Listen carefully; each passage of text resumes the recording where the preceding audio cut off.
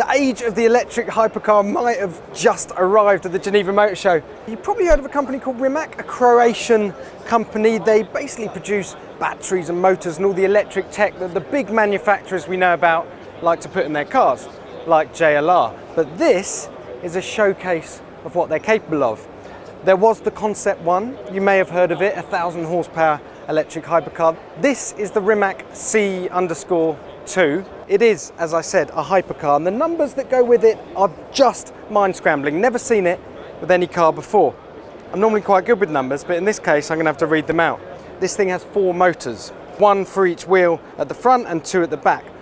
1,887 horsepower, 1,696 pound-feet of torque.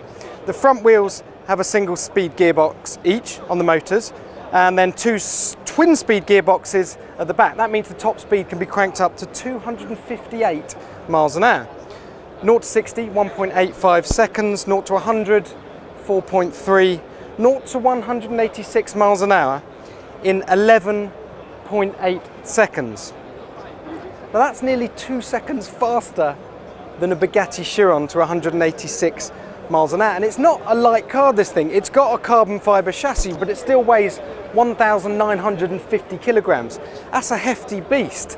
The reason it's so fast is because of those motors, because of the batteries, and because it's got so many batteries stuffed in there, it can do 400 miles on a single charge, or so Rimac claim. That's probably if you drive like your granny.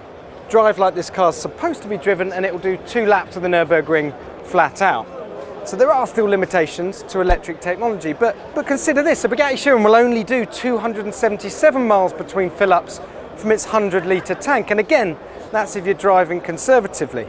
The other thing to mention about this car is how beautifully put together it is. It's not some classic hypercar vaporware from a company you never heard of. Yes, they're still relatively little known, Rimac, but the quality here is absolutely beautiful. A couple of things here in the boot, bit of motor show fun here, a couple of carbon fibre helmets strapped in, a fire extinguisher, hopefully we won't be needing that.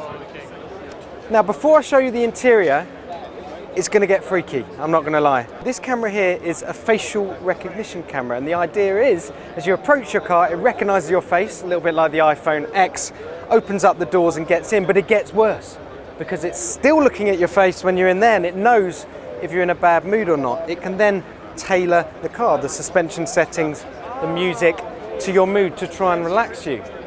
Clever, but I'm not sure I want my car knowing me quite that well. Anyway, the interior, well, you have to say, it's absolutely lovely. They kept it really simple. Digital dials, couple of screens, nice bit of leather. I know what you're thinking.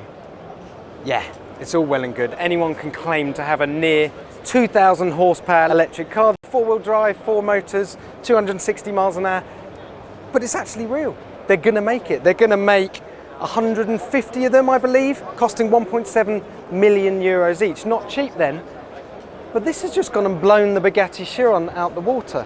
For people that are doubting whether the electric technology is there, sure, the infrastructure isn't quite, but my God, the tech's ready.